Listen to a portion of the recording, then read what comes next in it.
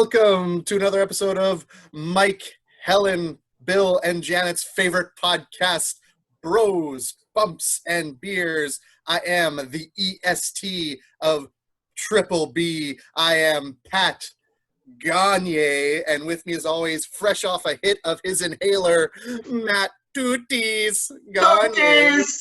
And of course, the last member of our team, Jordan. My parents dropped me off, Schofield.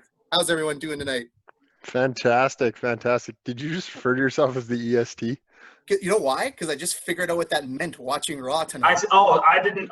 Can you fill me in? I'm still. Yeah, I'm still in the dark. She's the greatest EST. Okay, that's what I thought it was, but I thought that was way like too established. Like like if someone's like EST 1990 whatever. I thought that too, and then I saw it on Raw, and I'm like, oh, that's actually pretty good. I kind of enjoy that, so I'm gonna go as that by now. I'm gonna be the EST of Triple B. You just gave yourself a nickname? Yeah, that's what you're supposed to do. Yeah, well, I don't think so, but that's okay. Before we start tonight, boys, I have an apology to make, a public apology. Yes, we should crack it open first. Oh. 3 good ones. We're getting good at that. I would like to make a formal apology to Penelope Ford of AEW. Don't you mean Penelope Cruz? Yes, listening back, I referred to her twice as Penelope Cruz on the podcast. Big sorry to her. I'm sure she's a big listener to the pod, but one day I'll run into her and I'll be embarrassed. So just want to put that out there. Formal apology to Penelope Ford. But boys, I think we have bigger fish to fry. We jumped in. We're going to jump right into it. We had a fantastic Sunday together. And there was fish there, so that was a good pun that you just did, or whatever that you call that. Well, you got to figure out words, man. You're not good with words. I'm not real good. Not the best wordsmith. So we were at the Trans Canada Brewing Company. We were there for Beer N Brunch, which is exactly what it sounds like. It is beer with brunch. Yeah. We actually, the whole crew made it out there. We brought the wives, and we brought Jordan's sister and his and her boyfriend. Sorry. That's my bad. I was actually a mistake. And that's a great mistake. Sorry, Johnny. Hate to see it. We love you, Johnny. Johnny, you're a good guy. You're a good guy, Johnny. And we brought our crew's personal accountant, Shamil, as well. He tagged along with us. Overall, guys, what'd you think of the morning? It was fantastic. I think RJ Umberno? How do you pronounce that? RJ Urbano. I think his menu was very, very good. There was one little miss, I think. That was about it. And then Morgan and her team at Trans Canada, the beer pairings were very, very good. Unreal. They were so good. I agree. I thought the dessert was interesting. The miss Matt's talking about, I think, and I can see why, is it wasn't a traditional dessert. It was a take on a margarita pizza as a dessert. Yeah. There was like basil crumble. I think the ice cream was cheese. Mm-hmm. Yeah. And there was like a pancake that sort of was the tomato pancake. So it wasn't a dessert traditionally, but I did like frankly, the balls it took to make a dish like that, because that's a weird one. And I had tuna, and tuna's my top 5 least favorite foods of all time. Oh, it's in your top 5? Where's it ranked? Well, that's, again, like, this isn't a ranking food podcast. Like, we'll have to save that for the vegetable ranking episode. But I hate tuna. Fish? We don't have enough time. Okay. Sorry.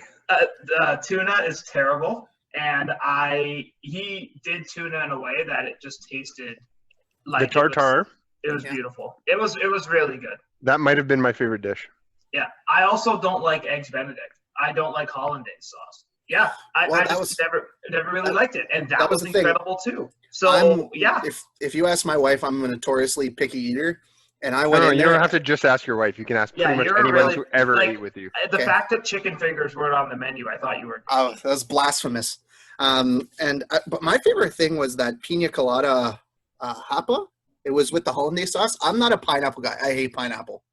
And the pineapple hollandaise sauce was spectacular. It was super good. Yeah, that was the my pineapple favorite dish. didn't overpower anything. No, it was good. And should we talk about the drinks? yes, we should. Yes. The food was so good, though. The food was so really good. We're already looking forward to the next one. I know that. Yeah. So Jordan, what was your favorite drink, beer of the whole day? My favorite beer was the Watermelon Kiwi Ghost. And I hope I'm gonna really paint a scene for you here. It's just so great when you drink a beer and it tastes like the thing it's supposed to taste like. Because I don't think Granville Island, because they released a watermelon lager, and frankly, they released a lager and they colored it with watermelon because it tasted, there was no hint of watermelon in it. It was a huge waste of money. I'm pissed. I had to buy a 4-pack because that's all they came in. So thanks, Granville Island. Jordan, would you say you're upset right now about it? I don't like paying $5, and if your beer. If I think it's a good beer and I just don't love it, but it tastes like what you say it does, I'm probably going to give it at least a free, because that's what I do. But the second you tell me you have a watermelon lager and it doesn't taste like watermelon, I am pissed. Now, this is not about Granville Island. So Trans Canada Brewery, I missed the Watermelon Kiwi Ghost when it came out the first time. Luckily, they rounded it back. It was cool to hear about how they make it with the watermelon puree by hand. That's insane. As someone who hates to cut one watermelon. 10-pound watermelons in that batch. Unbelievable. That's and crazy. By hand, yeah. So honestly, I thought it was just a great way to end the meal. I thought it paired great with that really interesting dessert. And I really like the adventurous food. So I thought those first meals were good, and that last one with the watermelon ghost paired with the margarita dessert was very interesting to me. So that was my favorite. How about you, Matt? What were you digging? No, I'm a sucker for my IPAs. You know that. My APAs, my IPAs. The Watermelon Kiwi Ghost was fantastic. But I really, really liked the pairing of the Avenger with I believe it was the potato cake. Yeah, good call. You're right. Yeah. I am right? Yeah. Was it with the potato cake? No, it was with the fried spam. Oh yeah, yes. Yeah. So but they kind of had similar flavor profiles, those two spots in the meal. And the Avenger really was nice because the hoppiness kind of cut through a little bit of that richness that you were getting from the Eggs Benedict. But I will say, we hung around a little bit after, obviously, because we had to buy more beer. Yeah. And we're there. When in Rome, do as the Romans do and get drunk. And Morgan, the head brewer at Trans Canada, was nice enough to bring us one more little taster. She brought us out the prickly pear. Oh my God! Can I talk about this? Is that your favorite? Matt died when he drank that. I almost passed out from just the amazingness of it. I immediately went into Untapped and almost gave it a 5. It was spectacular. It was unreal. I can't really argue with that. I thought it was one of the best tasting sours they've ever made. And I really liked it too when it came out. What was crazy about that is I had talked to a few people who said that one was not very good when it was originally released. So I didn't go out of my way to grab it. I will not be friends with those people anymore because I should have grabbed it. Cut them out. They're out of your life. Because it was fantastic. And all fairness to those people, but I think sometimes when you go for those flavors that are as commonplace, like no one's going to be able to pick out what a prickly pear tastes like, right? No. So I think when you have it, the flavor profile is incredible. And I, was lucky enough to have had a prickly pear and recognized it, and they did a great job. But yeah, I had that one, and it was just one of those ones where you had one and you were like, oh, that's pretty good. And you kept drinking them, right? Like I found myself on my 10th, 11th, 12th, and it was like, I keep going by there on the way home from work and buying another one and you know what I mean? And so that was an interesting part of the day too. I mean, speaking of not very good though, if we go to their blueberry beer that they have there, surprised me. They actually mixed it with lemonade and made a beer cocktail out of it. That was all the girls. That was their favorite drink of the whole thing. They all love that. I put it up there too. It was damn good. And you know what? I notoriously do not like their blueberry beer. I don't think it's their best stuff, but I find it very watery. Yeah, and you know what? They mixed it with that. They made it into a cocktail. It was fantastic. My favorite beer of the morning wasn't even paired with food. It was the first beer we got. It was the You Picker Raspberry Ale. The taster beer, the opener beer. Yeah. Damn, that was amazing. Oh, that was so good. They start off different than the raspberry sour, which we'll get to in a little bit. In a little bit. Yeah, no, it was a great way to start the morning. I notoriously was, I want to say, incapacitated around 3 o'clock and took a little nap skis. And it wasn't a fun rest of the day, but I would do it again. It was super good. Yeah. No, I would suggest anyone who has the chance to go should go. I think I'm gonna be camping on the tickets for the next one, and the second that post comes out, probably buying another pack. But hopefully, we'll see some people there. And just before we end up with it, I think that my favorite story of the whole morning. Oh boy, Jordan's fiance. So this is why Jordan is marrying this woman. Let's get real here, okay? So she's telling the story that she went over to someone's house to Jordan and they were watching the UFC fights on the night. And all the girls were outside playing drinking games, having a good time. And a girl that was new to the group had come, and she was like, "Oh no, I'm going to go inside and watch the fights. I like MMA." And Ree, being, slightly intoxicated, went, "What? No, you don't." So this happened again, and then they were outside again, and she was like, "Here, just stay out." She's like, "No, I really like UFC. Like, I want to go watch." And Ree, being Ree, goes, "Well, who's your favorite fighter?" Oh, she said wrestler. The girl said wrestler. And then that's how gun she was, because she knows the difference too. Yeah. And then so the girl looks at her and goes, I don't know. I don't really have one. She goes inside, and Ree looks at Jordan's sister and goes, "What a fraud." And now Pat calls everybody a fraud. Oh, I used to call everybody a coward. Fraud as just over. I couldn't, you know what, like, the best part about Ree is, like, such a sweetheart, and then a few drinks, and all of a sudden it's like this gleefully happy confrontation. It's so disarming. It's like, and she's like, you don't even know Conor McGregor. Like, even I know who the hell that is. And you know what? Props to her. She showed up to Beer N Brunch not in the best state of mind, not physically well. We all reloaded. I think we got in after about 2 a.m. and at our state of life, that's not the best concoction for the next day. And that explains Sunday afternoon, where we both just fell asleep. So what's that like napping in the middle of the day, guys? It's fantastic. Yeah, I can't recommend it enough. I hate both of you. It's good. You should get your kids back. Hey, it was a rainy day. Hey, Matt, it was a rainy day today. You know how many naps I took today? I don't want to hear about it. 2 naps. Can we just review some beers and move on? All this nap talk is I don't like it. I guess which one of us barely works for a living, folks. Oh. I have not you, Matt. Not you. Oh, okay. 2 naps in the middle of a Monday? Are you joking? I'm on summer holidays. What do you want me to do? I didn't nap today. I'm on summer holidays. You are on summer holidays. Lucky. Come on now. So, Matt, because you're so anxious and excited to talk about beer, what are you drinking tonight? Well, I went to a brewery that we have not covered on the show as of now. One Great City Brewing Company, which is out in the Polo Park area, the big mall here in Winnipeg, just past downtown. And I am drinking the Mad Scientist IPA. I'm hitting up the IPA, Jordan.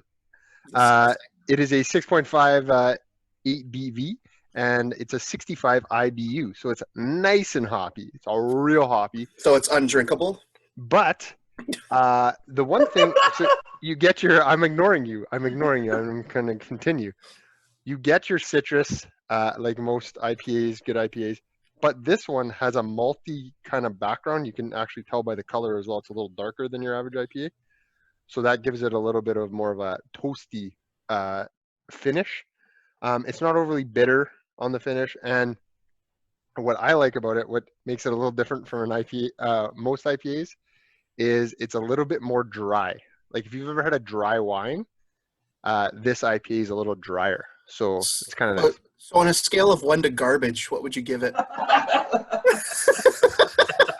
Like, you know what, guys? We can all like different things. No, but it's good, Matt. No. It's good that you're the IPA guy. It's just like IPAs are the frauds of the beer world. That's all I gotta say. For sure. No, they are exactly as advertised. They're not frauds. Disgusting. They're hoppy goodness. But I'm gonna give this beer on Untapped. If you follow me at Gagne Matt with tooties,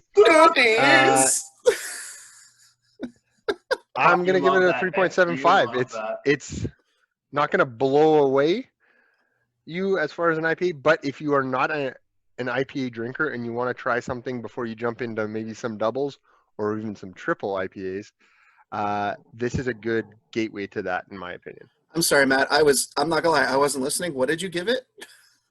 3.75. 3.75. Well, that's fair. That's fair. I'll do mine quick because it's gonna be a real quick one. So I went and purchased some in my state of enjoyment at Trans Canada Brewing Company and bought 4 beers from there, and I picked up their Raspberry Sour, small batch Raspberry Sour. It's the only one that I haven't tried from there. It is as advertised. Raspberries are in my top 3 favorite fruits. Ooh.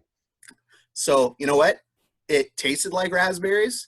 It was the right level of tartness. It is fantastic. Hold on to your hats. On Untapped, you can follow me at Pat Gagne. This bad boy is getting a 4.5. What? 4.5? Like, it's good. It's really good. It's really It's good. delicious. Holy shit. All right, I'm going to go next. Yes, please do. Let's ignore that we one. can end this with some actual sanity. Okay, so last week, Wednesday, I went to Barnhammer. And I went to Barnhammer, and I decided to go because there is a certain beer that I'm going to talk about in a second. Now, the base of the beer that I'm going to talk about in a second is the 66. It's a New England IPA from Barnhammer. Now, hold on. You're drinking an IPA right now? Oh, just let me go. Just give it a... Hold on. Whoa. Okay, this is serious business. I never drank New England IPAs because I don't like IPAs and I like nothing in New England. So that's 2 and things. You're dumb. I don't even know how to respond to that. That was just, you're dumb. Yes. Oh, I was way off brand on that one. So basically, like, I thought New England IPAs were just like crappy IPAs. Like maybe they deflate the beer. Maybe they take 3.5 hours to complete a game. Oh, I love that. I love that. You know, maybe like good. when you drink it, someone bangs a trash can in the back. It's hard to really say what it is that Alex Cora has to do with this beer. But then I went to Barnhammer and I had the Guava 66. And Barnhammer, if you are listening to this, if this beer isn't announced in the next week, I will be the lead suspect in some sort of vandalism against Barnhammer. It was one of the best beers I ever had. It took all my power to stop drinking it so I could drive home instead of calling a cab. I was just going to leave my car there. It was incredible. And you got a nice car. Thank you. I've tweeted at you. I told both your bartenders, and there has been no talk of the Guava coming out. If you want the Bros, Bumps, and Beers bump, okay, that's a bump is in an increase in foot traffic due to the numerous listeners we have of this podcast. Which, hey, by the way, on our Instagram account, we have 69 followers. 72 actually now. Nice. So we're going to have to delete 3 followers to say it's 69. Anyway, sorry, Jordan, continue. Thank you. Long story short, the Guava 66 needs to come out in the next week or I'm boycotting Barnhammer, simply due to the just impressive display. Number 2, the 66 New England IPA. I think I've fallen for New England IPAs. I'm liking them more and more. I think they're like less hoppy IPAs, and I really do enjoy them. So this got a 3.5 for me, which means it's a good beer, and it's a solid score. It's a realistic score. So hang on. You're going to riot and vandalize a place over a beer that you gave 3.5? No. The Guava 66 got a 4.5 because Guava makes it 1 point higher. Oh, okay. Sorry. So, Do you want Jordan? Do you want to know what I gave the 66 on Untapped? Probably a 4.5. Go higher. I gave it a Why? So there's no beer that will ever be better than it. It's no. That's not how I rate. That's not how 5s work, Jordan. Yeah, it has to be how it works. No, 5. You can have like you can have like my 5 is tainted. I'll say it. My 5's tainted because I gave too many 5s when I first got the app. But that New you England, don't think ahead, you stupid idiot. you're a fraud. Anyways, you're a fraud. So Matt is saying that New England IPA is the best New England IPA he's ever had. So Okay, all so New what if England he has- IPAs what will if be. he finds one that's better? Then he's that got will it. get- Then that will drop to a 4.75, and the other one will be a 5. That sounds like you're gonna have to do a lot of scaling, because then the ones that are 4.75, if those aren't as good, then you're gonna have to drop all of those down. I don't know what scaling means, so I'm not going to do that. I feel like you're being very confrontational, Jordan, just because you finally gave something a proper score, and you don't like that we appreciate it finally. Barnhammer has yet to respond to my threat. It's driving me fucking crazy. It's You wanna really go- getting under my skin. Is it still on tap? Do you want to go down there like tomorrow and drink? I some can't. Apparently, it was in there for one day. So, like, what do they want me to do? You know, Oh, that must be a really small batch then if it's only there for one they're day. not leaving me many options aside from rioting and destruction. of Jordan's a property. lone picket man with a sign, bring Yeah. back the guava. Bring back the guava. It's gonna look like one of those Christ saves, one of those people, except it's gonna be all about guava beer. That's great. All right, and we'll end out the segment with the beer news of the week. We gotta get some cool intro music. Yeah, I gotta make a stinger for that. I'll work on that. All right, so Winnipeg beer news of the week. We have 3 quick things to go over. The first, Torque is now doing craft beer cocktails. We weren't sure we were going to include this, and then TCD knocked it out the park with their craft beer cocktail. So real quick, if you want to hop down to Torque, they got a pear margarita, a local love, which is a mix with gin, lemon, and the Don't Fret, and then finally a punch up, which is the Punch Buggy Radler with bourbon and Campari. Not going to spend too much time on that because they're watering down their beer with gin, and that's gross. Moving on from that, and some better I feel like that's news. probably going to be delicious, but that's Yeah, just it's probably going to be really good. Vessel beer. So this is really nice. Like, so from buying Salty Dog, people have raised, the purchasers, over $1,000. You could say $1,000 young bucks, and counting for local organizations in the city. So generally, quick round of applause for Vessel giving money. I'm applauding the money and not the Young Bucks reference. That's fair. So thank you to Vessel. And now finally, what I would call the main news of the week. Filter's putting out another beer this week. So stop everything you're doing. Set your timer for 2 p.m. on, I think, Wednesday, which is usually what it is, and buy as many as you can get your hands on. They are putting out not only a beer, they are putting out a double IPA. And so and if Kilter's doing that, that's going to be something. Like that, I might actually try it. That's how much I respect Kilter. Yeah, it's good. It's gonna be a double IP, so it's gonna be gross. But whatever. Moving on. That's what we got this week. Pat, back to you. Wrap up our beer segment, please. All right. So just to wrap things up, once again, I drank the Raspberry Sour from Trans Canada Brewing Company. I gave it a 4.5 on Untappd, where you can follow me at Pat Gagne. That's Matt, dumb. what did you drink? I had the Mad Scientist from One Great City, and I gave it a 3.75. You can follow me on Untappd at Gagne Matt with 2 T's. 2 T's. That beer sucks, probably. Who cares? And Jordan, you drank? I drank the 66. Should be the Guava 66, but Barnhammer doesn't want to, make me happy. So the 66 got a 3.75. You can follow my accurate reviews at JSCO55 on Untappd. And Barnhammer, you are on notice. Yeah, your ass is in the jackpot.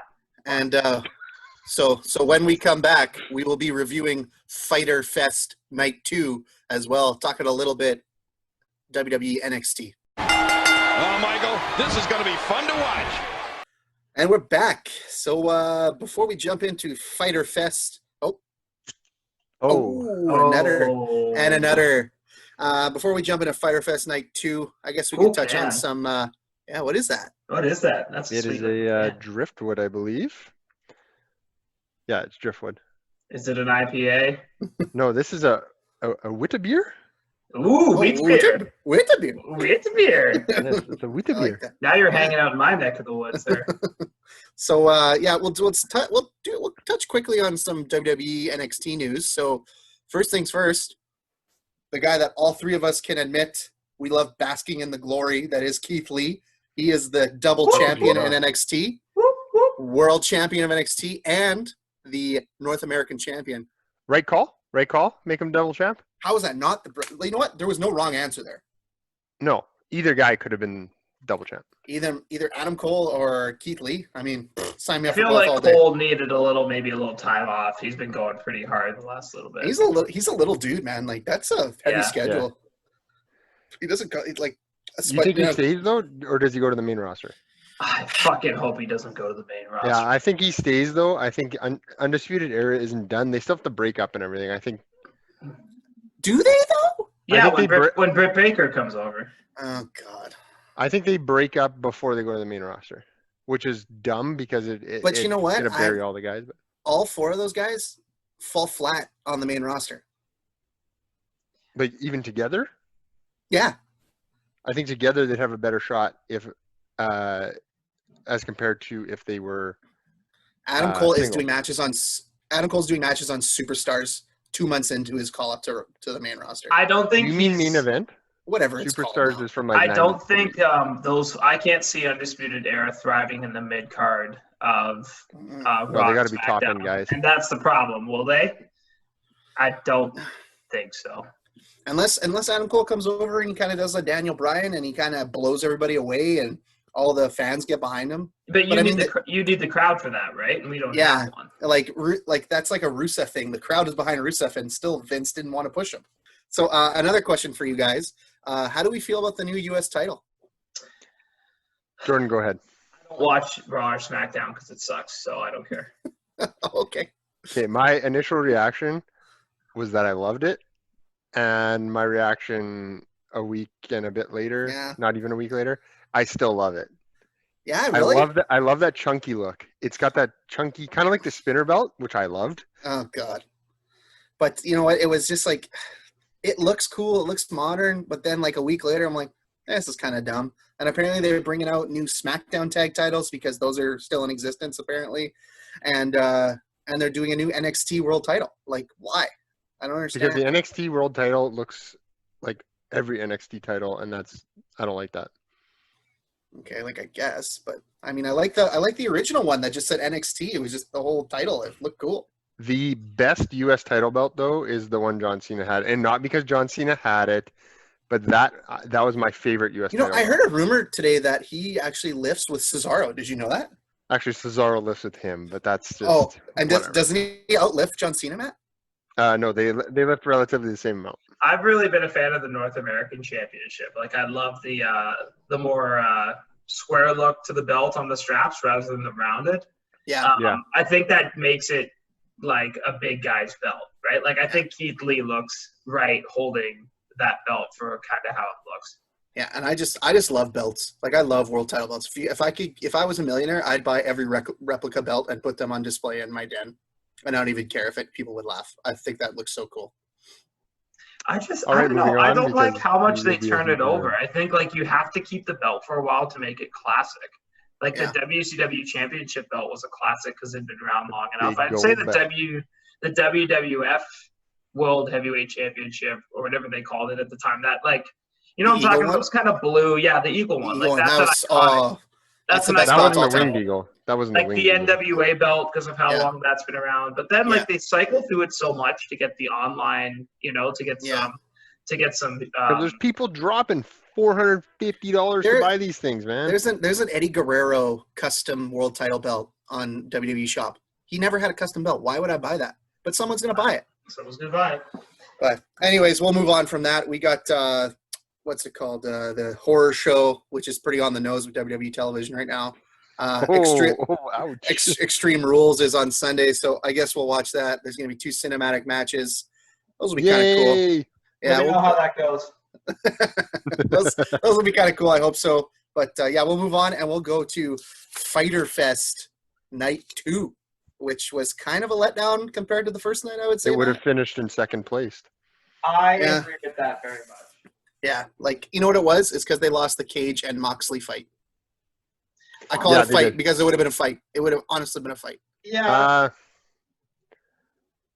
I don't know. I don't know if Brian Cage would do some of the stuff Moxley would want or take some of those bumps.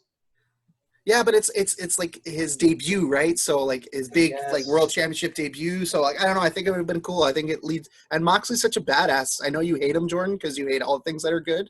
But did they need to have? So if Moxley and Cage had been on the card, would that have meant that opening tag match wouldn't have been on the card? Was that the replacement? Yeah. Because that match, I was added late. and it was a little disjointed. I still think Private Party's coming into their own. I think they need.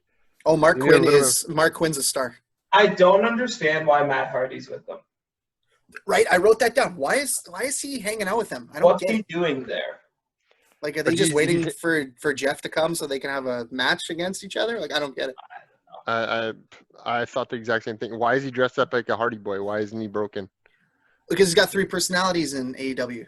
No, I understand that, but 4 why? now? 4. He's got the Matt V 2.0 or whatever, the Hardy Boys, the Broken, and then whatever he was before the Hardy Boys, like his original.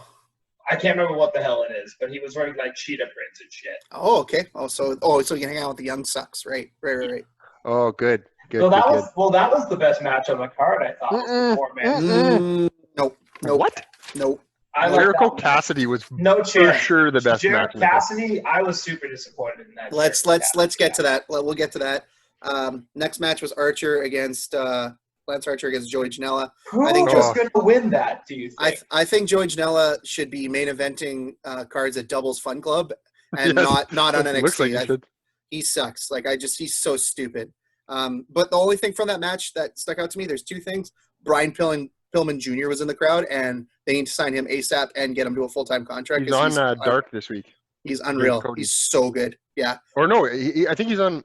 I think Fight for the Fallen. He's against Cody. Yeah, he gets a match. No. That's Cody's against Sunny Kiss. Enzo, that's right. Enzo is holding on to his bootstraps as hard as he can.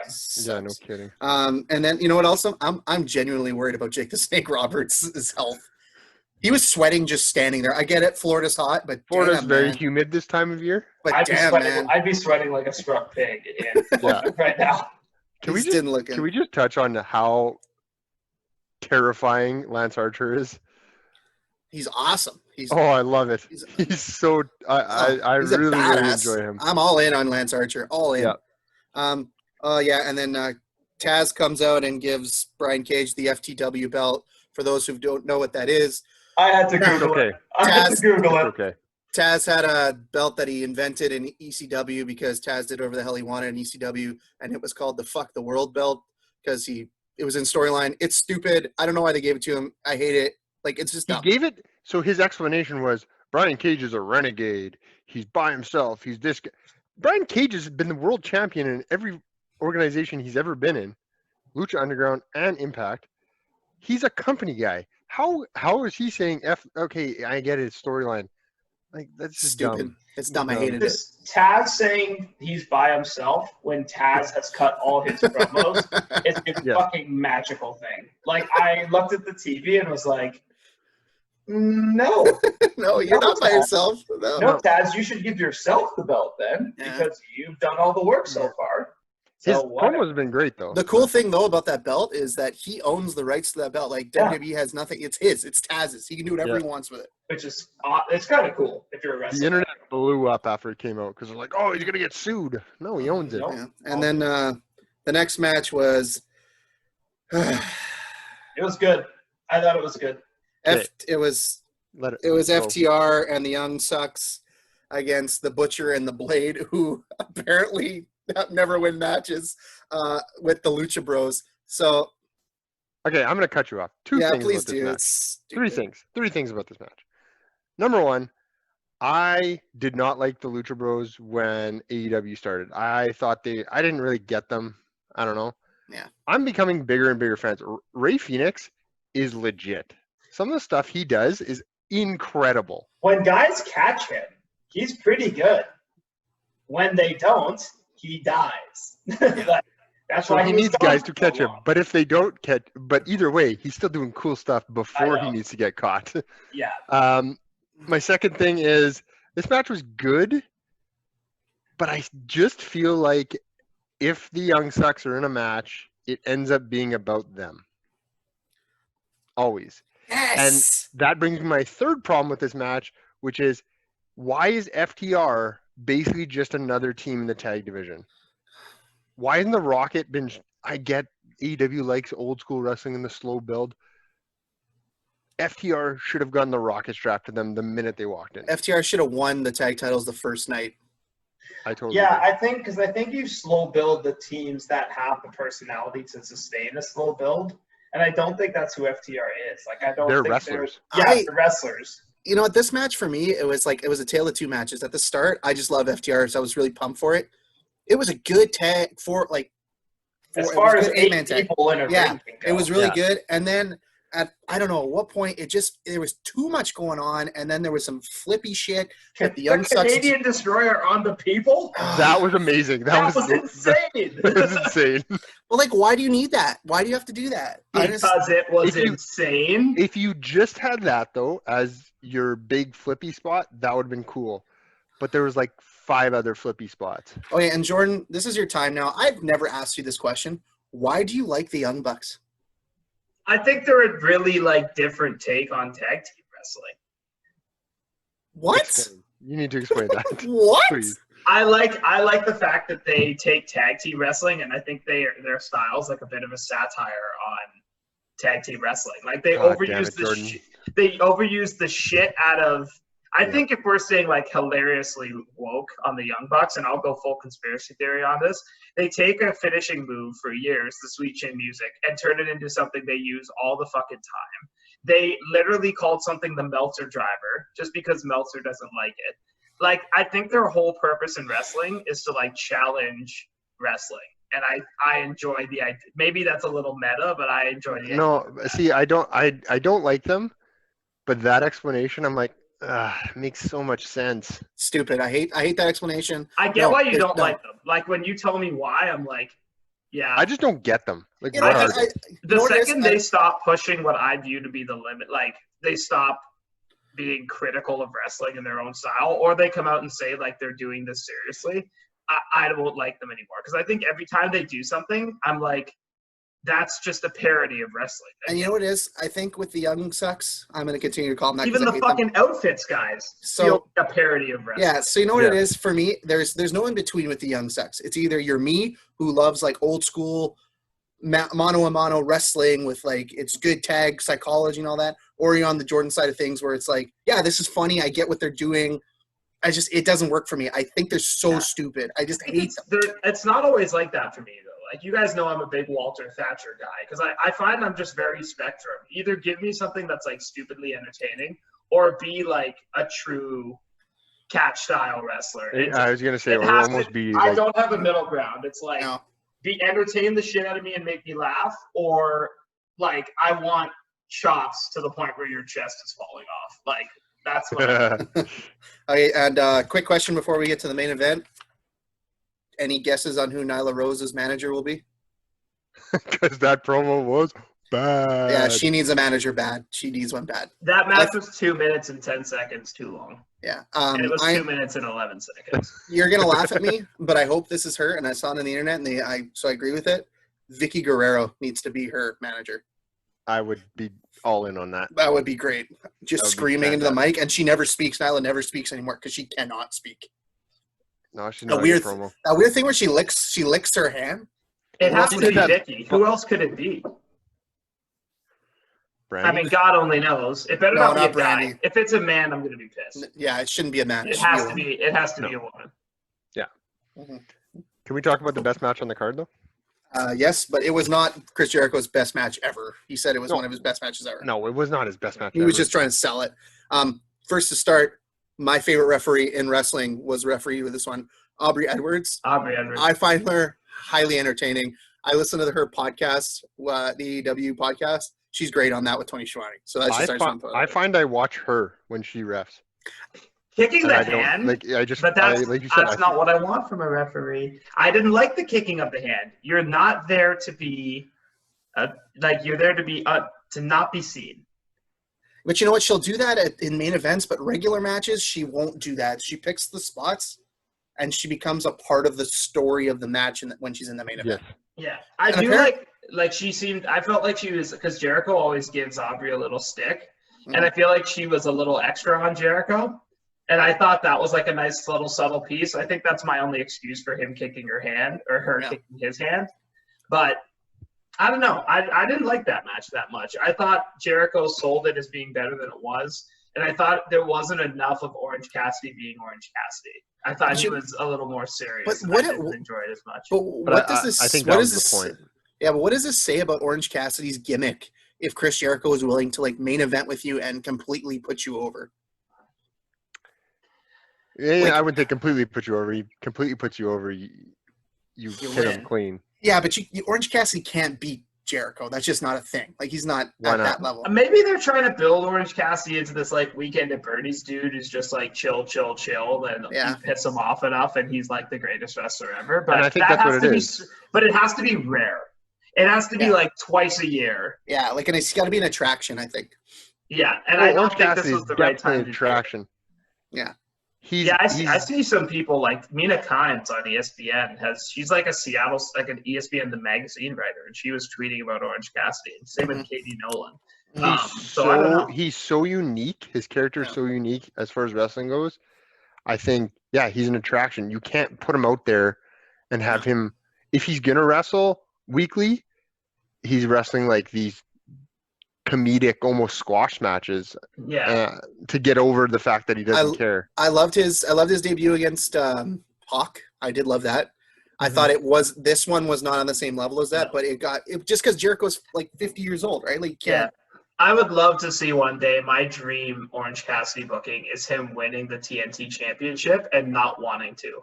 So like almost like South Park baseball where they keep winning, and he's like, so he wins, and he's like, God damn it. And even though that slightly devalues the championship, and I don't know if they'll want to do that with the TNT championship, I think it would be really funny to have a couple months where like he's doing everything he can to lose the title on a weekly basis. Like he just like leaves it in the ring every time. Like he just like puts it in people's hands and walks away. And then, I think that'd be like, super funny. Best friends has to come and grab it and like bring it back, and they're like, dude, like you're the champion, like you can't leave take it with you. Like, I think that would be hilarious. I'd love that. There's a reason why I'm becoming more and more of an AEW guy as the weeks go on. One thing they said, I don't know if you caught it, but after Jericho won, they said Chris Jericho is undefeated when using the Judas effect. Which it's true. But what that does is whoever kicks out of the Judas effect, they're a star. Are you saying having a dedicated finisher that is like really good and will put someone over one day is just a really good idea in pro wrestling? Well, I remember Paul Heyman telling a story. He gave an example. He's like, if for a whole year you make Mark Henry put someone in a full Nelson for a whole year and nobody gets out of it, and then he becomes champion and he wrestles somebody at WrestleMania and that person breaks out of the full Nelson at WrestleMania, that guy is made for life. They did it. They did that though. WWE did that with the F5. Nobody kicked out the F5. But they don't do it enough. They don't do it enough. I agree. But they did it with the F5 and it was huge, and the announcers put it over huge when I think it was Rollins who kicked out. Yeah. It was Rollins who kicked out at WrestleMania. Mm-hmm. So, but they should do it more. So Jericho is going to handpick who kicks out of that move. I'm telling you that right now. And he's going to pick the right person to do that. And I don't even know if that person, it might be MJF. It could be a guy like Brian Pillman Jr. It can't be MJF. It'll be somebody. I don't think it's someone who's on the roster. Yeah, I was going to say, I don't even think that's someone that's signed yet. I don't know. So I'm not sure. I'm trying to think of like who it could be one day. And I don't think that person's there yet. You know who it is actually? Jungle Boy eventually. Ooh, yeah. Jordan. I'd be okay with that. Ooh, the blood is leaving my head right now. Going to another head? Yeah, possibly. That's good. I still have a half jump from the Britt Baker to AEW in the Undisputed Era storyline. Yeah. But thinking about Orange Cassidy not trying his best to lose the belt and not doing it is making me laugh just thinking about it.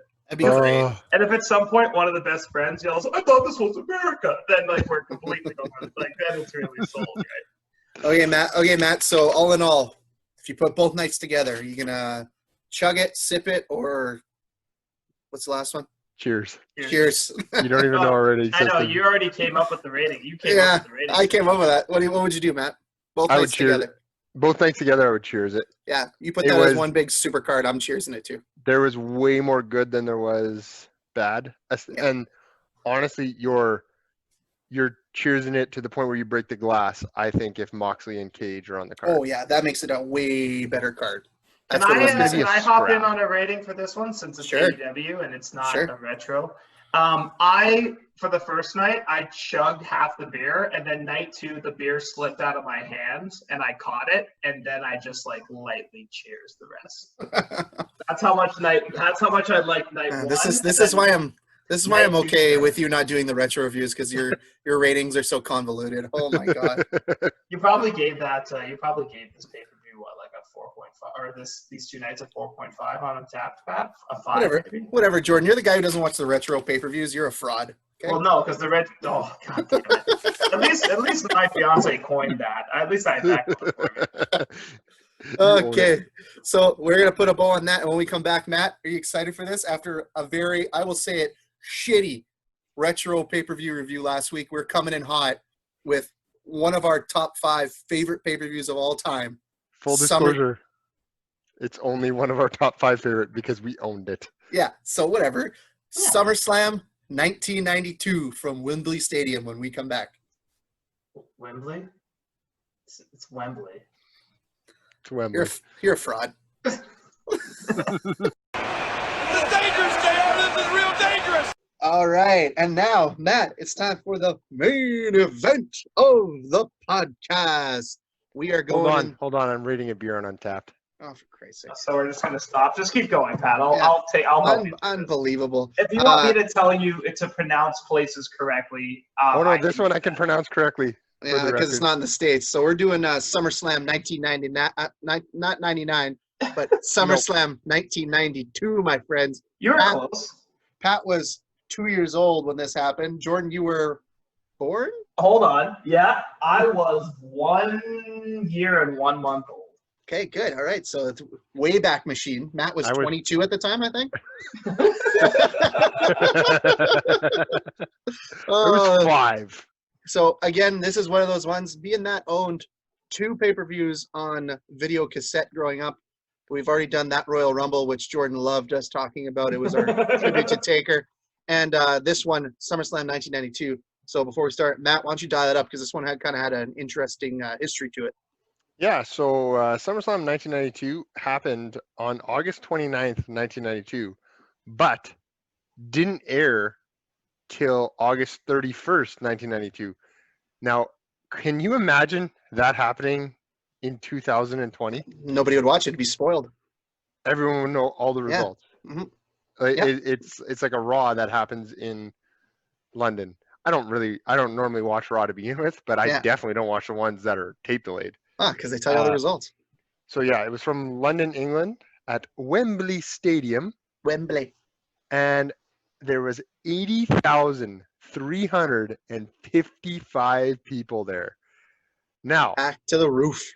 little à côté, that's a little French for aside, Duties. is this was supposed to happen in Washington, in Maryland, and they moved it at the last second. I say last second, it was, I think, 3 months, 2.5 months. They moved it to England because they were picking up a ton of steam in England. They had a huge fan base over there, and they saw an opportunity to do a huge number at the gate and make a lot of money, a lot more money than they would have made in the States. So they moved it over there. And And they had the British they had Bulldog who was picking up steam as a single star. Originally, the main event was supposed to be the Warrior against Macho, Mhm. and then the IC title was supposed to be Brett against Shawn. That was Yeah. supposed to be the card, but then when they moved it to Wembley, nope, British Bulldog against Bret Hart's your main event, and it did not disappoint. But we'll get to and that then later. 2 weeks later, Shawn Michaels beat Bulldog anyways. So So it was just a doesn't matter. pop a gate, and you know what? It worked though. Not a single 80,000 people. Yeah. Jordan, could you get the gate figure? Like how much they made on the gate? You know what? The gates are hard. I'll look into it. I know the attendance was disputed. I know that. Always They're all is. disputed. Yeah, I was gonna say. I was gonna be like, shocking. The WWE inflated their I know, right?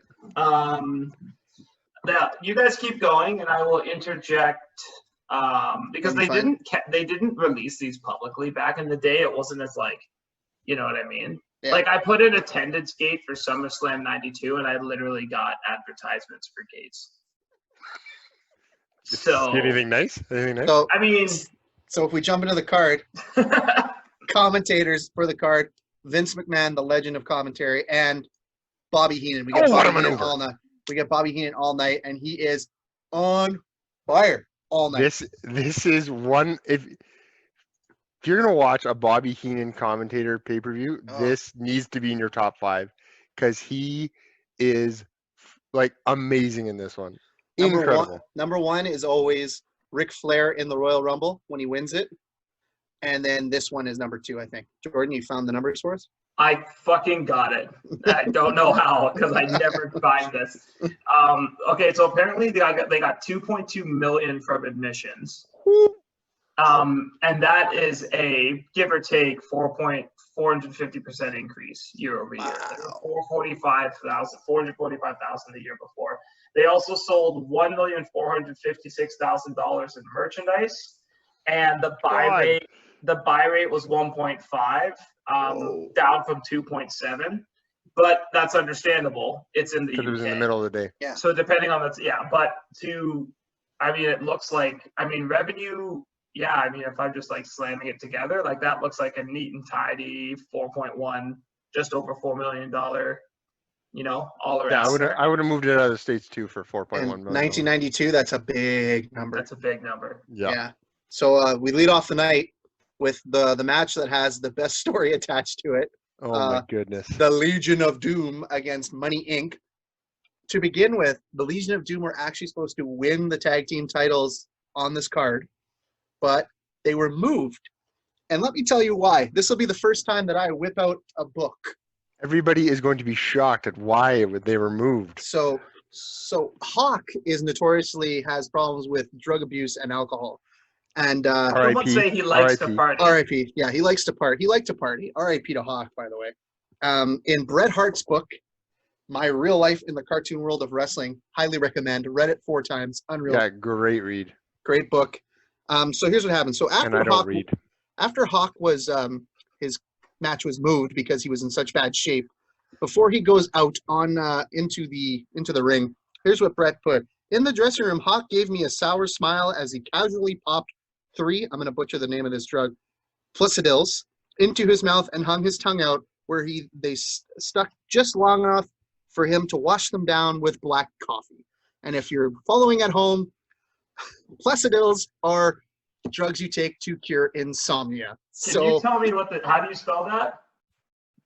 Plascidyls. Oh, I was way off. Awesome. So that is to help with insomnia. So he was basically putting himself to sleep before he goes out. It wouldn't have been bad, Matt, but what did he do next? He rides out on a motorcycle. Yes. Oh, and my God. Animal, and Paul Ellering were smart. They went after Hawk. So he drove out, and you could clearly see Hawk wobbling down the aisle the whole way on his motorcycle. And then you proceed to see him progressively get more and more messed up and more comatose as this match goes on. And yet, this match is one of the better ones on the card. You also forgot that if you read their biography, which I have, yes, he actually puts his leg up against the exhaust pipe of the motorcycle and singes his leg before going in the ring. Yeah. So what do you do with a messed up Hawk?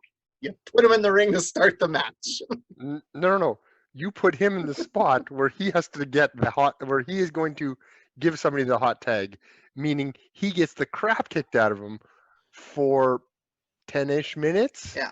So, and they are wrestling Ted DiBiase and IRS, so the $1 Million Man and his accountant, who were 2 great workers at the time, and they carried him this whole match because, I'm sorry, pardon my French, Hawk was fucked up the entire match. Would you guys like to know the side effects of Placidil? I would love to tell me. Okay, so along with expected sedative effects, obviously, like it's designed to put you back to sleep, Here's some adverse reactions just from first take.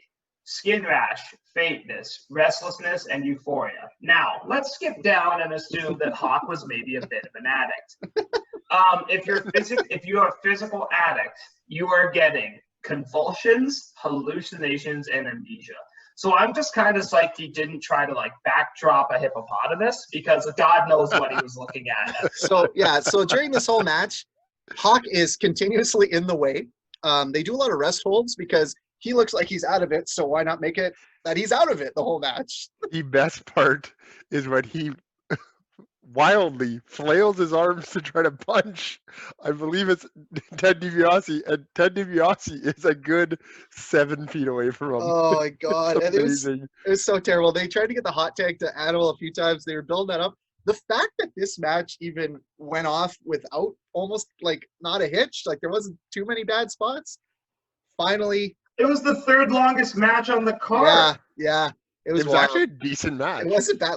Like as a kid, I never would have guessed Hawk was messed up the whole time. No. Never. And like As an adult, you watch it and you're like, whoa. And then they connect all the dots because Matt, what move don't the LOD do to end the match? Well, LOD's finisher is the Doomsday Device, which is where Animal, who's the stockier guy, picks up his opponent on his shoulders.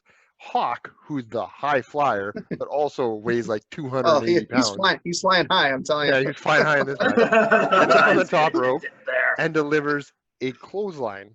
So for this to properly happen, the clothesline has to happen, and he has to flip his opponent into a full 360 so the guy lands on his back. So I tell you tonight. what Ted DiBiase and IRS said. Not happening tonight, fellas. So this match ends with Animal giving Ted DiBiase a power slam. 1, 2, 3. Not before Animal pushes Hawk out of the way to deliver the power slam. Because he's in the way. He's in the way. He literally physically pushed I him meant out to of the laugh way. because the guy was an addict. It's really sad. He's not with us Oh, anymore. look, another Dark Side of the Ring reference in the middle of a retro game. Yeah. This was a Dark Side of the And Ring. you know what? actually. A couple days later, Hawk quits. Yeah, that's what I was saying. Because he failed a drug test before Yeah, this, and he knew and this. if you saw Dark Side of the Ring and you saw Hawk and Animal in the past, they were big boys. They worked out. They took ICAPRO. Just saying. Well, big Iker Pro guys. But here they were very soft. They did not look Hawk and Animal-ish. The steroid trial was, very close in this time frame. So I think Vince it told was everybody, right there. yeah, get off the gas, and they sure did. They did not look like they usually did. I mean, the 3 straight nights of partying that Hawk did before this probably didn't help his physique, but Yeah. So Matt, what'd you give this one on 5? I gave it a 2 on 5. I get a 2.5. It's a very passable match. Like Jordan said, it's the 3rd longest match on the card. As far as tag matches go, it was relatively generic, but there was a lot of good work in it. Yeah. Considering one guy's in a It was logical the whole time, right? It was logical card the whole time. Yeah, a little quick note for you guys on Dark Side if you're fans of it. Season 3 looks like it's about to be picked up by Vice. Mm-hmm. But right now the production's stagnant, and I found this to be an interesting reason why. The creator of the show said they really want to go to Japan to do a couple Japan episodes next, and they're not able to do that. And I'm very interested. I think the rumor has it they want to do the background of the WCW All Japan collaboration show in North Korea. That would be good. I'd love to. Yeah, I mean that's one I don't know. I'd love to see them do Japanese death match, just a whole episode on JPWs. I think they're gonna talk about. I'm reading Vader's book, like the Yakuza in Japanese wrestling. I think they're gonna do a whole story on that. That's gonna be wild. You could do a whole season. You could do Dark Side of the Ring Japan and probably just have it be its own. It'd be fantastic. It'd be good. So Meltzer gave it 2 1/4. That's pretty standard, I think. The next match, though, I think we're gonna have a Hall of Fame match. We get the amazing villain Nails with a Z against possibly the greatest gimmick of all time in Virgil, which was just in shape person. Shape guy. Yeah. They do. Virgil does a promo before because he's aligned with the big boss man. Was it bad? Because you got to want it, man. And I'm too legit to quit. and then he goes out to the ring. This match does not go very long. It's god-awful. It's unwatchable. Basically, it's just Nails choking Virgil for a whole match. Why did they have a squash on a pay-per-view? I don't know. They did a lot of weird stuff in the early 90s. Nails sucked. The best part of this match actually has nothing to do with the match and the fact that Nails was supposed to be this big monster villain for years to come. He was actually lined up to have a feud with The Undertaker, which would have been huge money for him. Instead, he chose to argue and punch out Vince McMahon and later accuse him of sexual assault over an $8,000 payoff for this card. He got paid $8,000. He was in the ring for 3 minutes and 55 seconds. Man. And he was not happy with that payoff. Yeah, it was brutal. They kind of the match just ended after Virgil was choked out, like physically choked out, both hands around his neck, and Nails wins the match. That's illegal, by the way. Yeah, that is super illegal. Meltzer gave it 0.5. I gave it -2. It was super terrible. What did you get? I gave it a 0. Yeah, it was bad. I just hated everything. Nails sucks. Next match. I never liked Nails. I didn't get it. I didn't know. Like, why are you scared of a dude who is in jail? Like, because he escaped. He's escaping, Pat. He's escaped. Yeah, but if he escaped, cops can he's on TV. Just go get him. No, Bobby Heenan said he's escaping. Professional wrestling right there. Yeah. So next match, we have Shawn Michaels, who was kind of thrust into a storyline with Rick Martel when they decided they weren't going to do the... Is this match as dumb as it reads? Yes. So should have been so much better, though. Sherry Martel, who is at the peak of her hotness, in my opinion, in this card. Can I just say, Sherry Martel, Rick Martel, not related. Not related. That makes this match okay. Yeah, because they're kind of fighting over Sherry. That's the whole thing. But they have the same last name, so kind of creepy, but they're not related. So Sherry's the star of this match. Let's get that straight. Yeah. Because, and then so the whole thing is she doesn't want these two to hurt themselves because they're so pretty. So the rule of the match is neither one can hit each other in the face. It's wrestling. You have to hit each other in the face. So the problem with that is it's wrestling. You hit each other in the face, but it can lead to like, hey, they do other stuff. But then it just turns into the Sherry show, and she passes out in the match after they start punching each other in the face because obviously they're going to do that. Yeah, for sure. She collapses on the on the apron, and then they both get counted out because they're both trying to revive Sherry and carry her to the back. With mouth-to-mouth resuscitation. Resuscitation, yes. And Matt, do you remember what Bobby Heenan says when Shawn Michaels puts Sherry Martel over his shoulder and tries to walk her to the back? For some reason, I want to sing Moon Over Miami. And then he also says, is that Venus? No, it's the moon. Because Sherry is wearing pants that don't have coverings on her butt. These are the definition of assless chaps. And she was wearing them. Yeah, so this, if you go for 2 weeks here on this show, this was the best performance by someone who has ass. She was way better in the ass in the last show. So it turns into the Sherry show. Meltzer gave it another 0.5. I gave it 0. There was nothing here. I give it a 1. Okay. Sherry deserves a 1 at least. Yeah. I agree with you. And honestly, Heenan was great. Oh yeah, Heenan made the match. So my 3 favorite things he said was, I can't remember who picks up Sherry. I think it's it's Michaels. Michaels picks up Sherry and she's hanging onto his neck. She's supposed to be out cold. And Vincent goes, she's hanging onto his neck. And Heenan goes, instincts, McMahon, instincts. And then the other one is Rick Martel picks up Sherry and like without hesitation, Bobby Heenan goes, he's gonna pile drive Sherry. And for some reason the thought of him pile driving Sherry made me laugh. Vince goes, what? Oh, you don't think she's gonna pile drive Sherry? And then the last one is, so Michaels is walking to the back with Sherry, and Rick Martel comes out with a bucket, and it's clearly water. It's a bucket full of water. He's going to try to revive Sherry, and Bobby Heenan goes, "What's in that bucket? Sand? Dirt? What? What?" Sand or Look dirt? at his sand. Oh, it's so stupid. To be that quick, as quick as Bobby Heenan was to come up with this stuff, the guy was so incredibly talented. Money. It's unbelievable. Yeah, and then And next then we go to match Pat's favorite match, by the way. is not my favorite match. We're gonna get through this fast.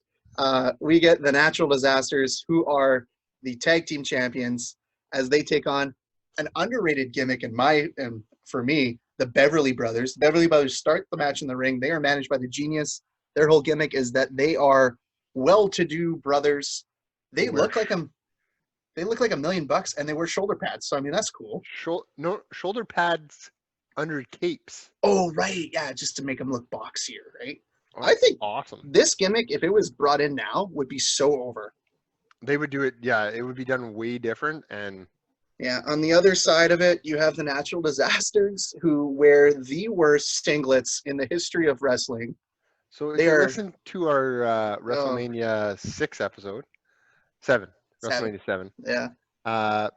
Pat does not like what the Earthquake wears in the ring. It is, and you know what? You know what makes it worse? Typhoon wears them too, and it's just they're just their bodies. I don't know how everything holds in. Jordan's looking it up right now, I think. Yeah, I've seen the Earthquake before. Yeah, but look up him and Typhoon side by side.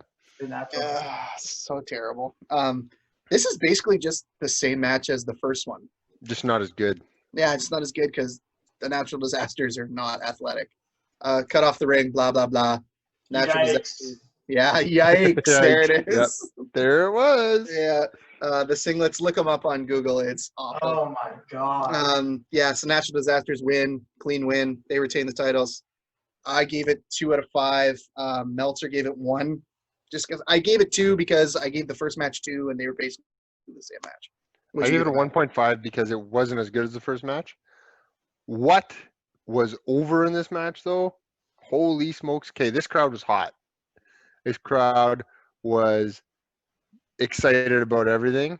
The pop, the cheer they gave the finish of this match, excuse me, by the way. Wow. Very unprofessional. You know what? We got this. This is our 7th episode. That's the first burp on air. I'm surprised we haven't had more. That snuck up on me there. I was like, oh, I'll be able to suppress it. It just came out. You're a little embarrassed. You put your hand over. I was gonna cut it. Not embarrassed at all. Actually. Do it for 45 seconds. Yeah. So the finish, the finish of this match gets a huge pop, and I don't understand why. They loved them. Don't get they it. love the Natural Disasters. They love the Natural Disasters. And again, they followed up with another classic. You get Crush. Well, once again, actually, this match is actually sponsored by Ica Pro. It literally was sponsored by Ica Pro. It literally was sponsored by Ica Pro because he was the spokesman for Ica Pro for a while. So you get a mulleted Crush from Hawaii against Repo Man. I thought was so cool when I was a kid. Like just the entrance music. It was great. And then he's wrestling Repo Man, and I don't get Repo Man. I never got Repo Man. Does he steal things? Why does the Repo Man steal things? He takes things back. He repossesses things. Yeah, but he always steals them. But they're not those. I don't know. It's terrible. It was a match, and then Crush crushes his head. That was his finisher. He literally just puts both hands against his head and crushes his head. So Crush wins, and again the fans went bonkers for Crush. Bonkers. Insane. He got the second biggest pop of the night. Third. I would say it rivals Brett. It rivals Brett. No, the biggest pop of the night was Bulldog. Well, yeah, it goes Bulldog, Crush, Brett. No, it goes Bulldog, Warrior, Crush. Okay, we'll just agree you're wrong. Let's just say that. So I gave this 0 out of 5. It was so bad. I gave it a 0 as well. It was not good. Meltzer gave it a 1/4 star. I don't even know why you give it a 1/4 star. Why would you even do that? I think because it did the job it was supposed to do, which was get over Crush. Okay, whatever. I'm grasping at straws. And then another fun placement on the card. You have the World Championship is on the line. There's still 2 other matches after it. I don't know why they did that. You have the Ultimate Warrior against the champion Macho Man. Ooh yeah, Randy Savage. First time they wrestle since WrestleMania 7. I keep saying 6, but it's 7. and they were out there for a long time. They were out there for 28 minutes. Yeah, about 13 too long. So Jordan, buckle up. We're about to get convoluted. So the whole backstory of this match is Mr. Perfect is going to be in the corner. He says he's going to be in the corner of either the Macho Man or the Ultimate Warrior. Why though, Pat? You go from the beginning. Nah, I don't know why. I never understood. Because, okay, so can I do it? Yeah, go for it. Yeah? Let's see if I can get this right. So Randy Savage and Ric Flair have a match at WrestleMania 8. Okay. Randy Savage beats Ric Flair, never gives him a rematch. He's like, you don't deserve a rematch. Okay. Whatever. Okay. Ultimate Warrior comes back, Okay. or is there, whatever. He's there. He ends up getting a title shot. Mhm. So now we have a baby face, a good guy, against another baby face. Yes. And we have Ric Flair who wants a match, but won't get a match. So his, I'm getting a headache. I don't know, what did he call him? His executive assistant? What did Yeah, he something call like him? that. Executive advisor. Executive advisor. Yeah. He's going to be in the corner of one of these men, and it goes back and forth for weeks of whose corner he's going to be in, and So they're the all best- worried. The thing I didn't get it is why does either babyface want to heel in their corner? I don't know. Okay. So yeah, that's I the don't know, basis of the man. match. So the match starts and both men come out.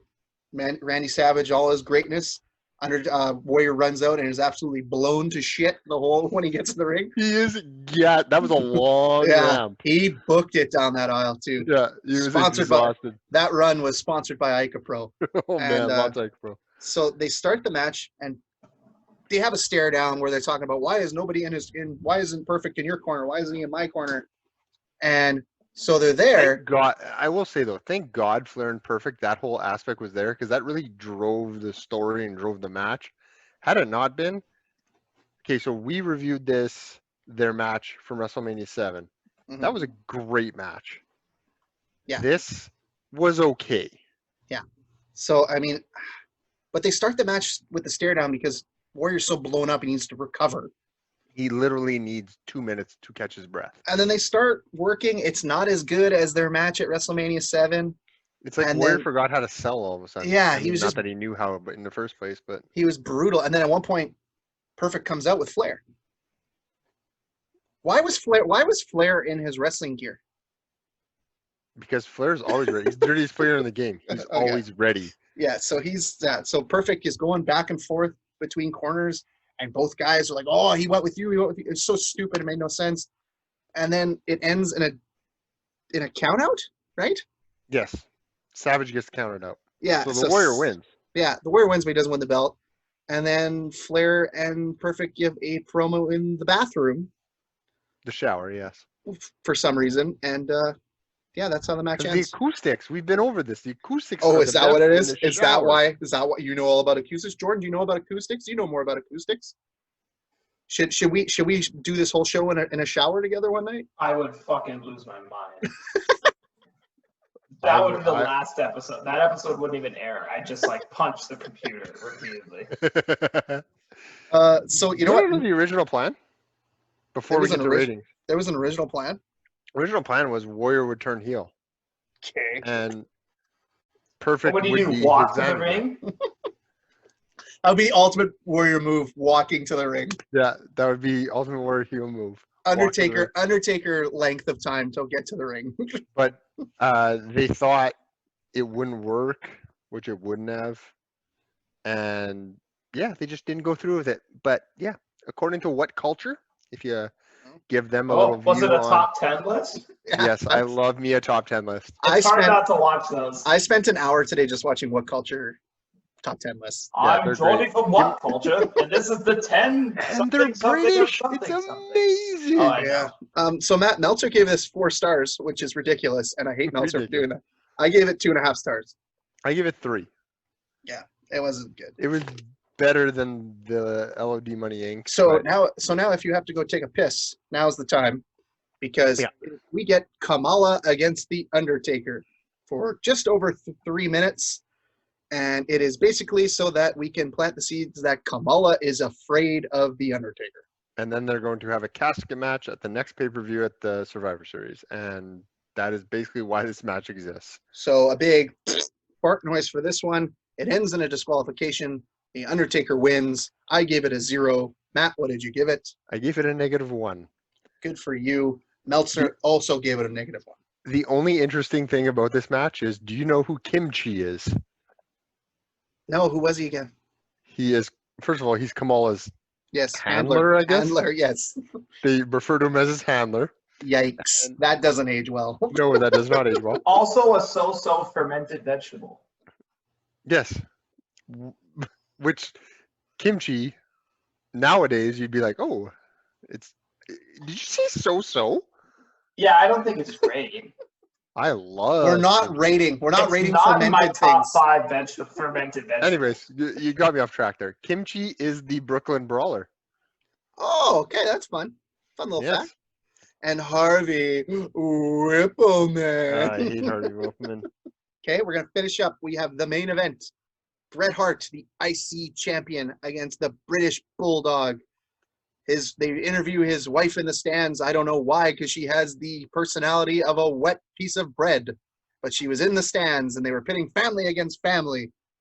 For the this record, is- Wet bread Yeah. is an insult, because if you throw a piece of wet bread on the ground, you know what it does? Doesn't do anything. it just No. sticks. You just sit there and you don't do anything. So if you throw dry bread on the ground, what It would does bounce. that do? It would It bounce. would bounce. I think there's better analogies out there. Well, we like ours, so we're I the like brothers wet on the bread. show. Continue. Yeah, So- that analogy was toast. So, oh, so yeah. So the best part about this match is the backstory to it. So if you read the book. That Bulldog did crack for 3 days Yeah. before it. I'm For enjoying weeks, the Matt. 7-line long paragraph on Wikipedia about this. In the one book, Matt, you say 3 days.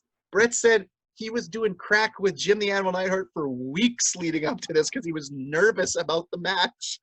So next time you're nervous, ladies and Logical. gentlemen, crack, apparently. Most of us just, like Deep breaths. Go for a nervous. walk. Maybe like some pro athletes have known for being a pre-match throw up, if you will. Yeah. You take a pre-match nervous poop, anything like that, So, but and crack they was actually- a distant. Crack, though. And the other good thing is they actually sat down and mapped out move for move the whole match because Brett wanted to make sure Bulldog was ready. They get in the Before, ring. right? Yeah, they get in the ring. Bulldog and Brett face off, and Bulldog says to Brett, "I forgot the whole match." Yeah, don't you think that would be worse? Like if I'm doing like a presentation at work, if you map out everything I have to do the whole hour, I'm going to be way worse off than just giving me 4 spots, if you will, and then letting me freewheel it the rest of the way. Yeah, but Bulldog was not that good of a worker that he could do it on the fly. So That's Brett right. did that for him to make sure he got through it. So what does Brett say to Bulldog, Pat?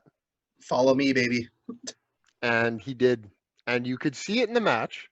There was some spots where Brett was kind of landing short because Bulldog wasn't in the right spot. But at the But- same time, that's how good Bret Hart is. Bret Hart is, yeah. This match was still phenomenal. And And yet but you- the Bulldog did not know what was going on. But Brett being Brett a little selfish, kind of saves himself once in this match. He jumps out of the ring, and Bulldog Mhm. is not there to catch him, so he rips him down. He was on the apron, rips Bulldog down from the side of his neck, and whiplashes him down. Yeah, to the basically mat. horse collars him without a Yeah. horse collar. And if Brett didn't do that, Brett would probably have blown out both these. So, Yes, he would have. So the botching kind of hurt it a little bit. That was why. But But this it is had great ebbs and flows, great story. Oh, yeah. Great story. Everything, even the ending when they lift both their hands with his Yeah. wife, wet bread, and but man, this is in Bret Hart's top 5 matches of all time, easily. Yeah, I think Austin is probably number 1. Mm. And this is in that, I'd say 4 or 5 slot. 4 or 5 slot. It's as close to a 5-star match you can get. What would you give it, Matt? I get a 4.5. Meltzer gave it 4 1/4. I gave it 4.75. It's that close. I thought it Yeah, was that good. The couple little botches hurt it, but Yeah. So all in all, pretty damn good card. Matt, you gonna cheers it, sip it, chug it. you know what? I'm gonna cheers it. And maybe it's because we watched it so much Nostalgia, and yeah. nostalgia and things like that. But even the bad matches, other than the Nails Virgil match, like Crush comes out and I'm like, Crush was so cool. Yeah, even now, like he sucks, but like you just Yeah, you're like, So, and the you know crowd what? is so hot for it. I'm going to cheers it too. I thought it was fun. If you got the network, go back and watch it. Maybe skip a few matches, but it's worth it, man. It's fun to watch. Even now that you know the story, just watch the first match. Oh, And you'll watch them like, yeah, oh, Hawks messed up. like that's worth the watch. If you're gonna watch one thing this week, go watch that match, And if you're knowing that he took that. And if you're Jordan, you just won't watch anything because he doesn't care about the podcast, and he's a fraud. Yeah, you're right. I'll just spend 6 hours editing this fucking shit show. Oh, here we go. Oh, volunteers for the job, and then here's a big problem. I'm just excited to take Matt's massive talking gaps and squeeze them together to make. I tried to be better this week, guys. Yeah, you were terrible last week. I was told that last week because I may have had too many cops.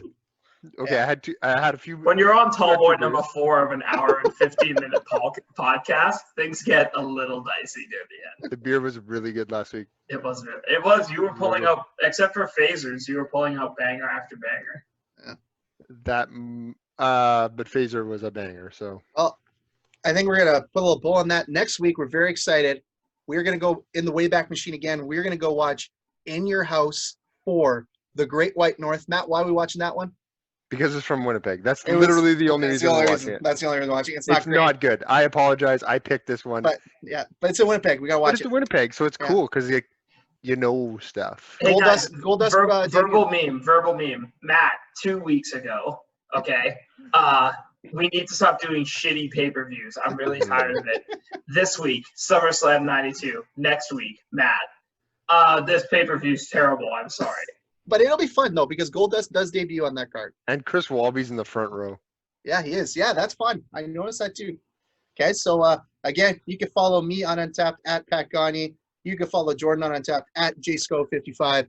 You can follow Matt on Untapped at Gagne Matt with 2 B's.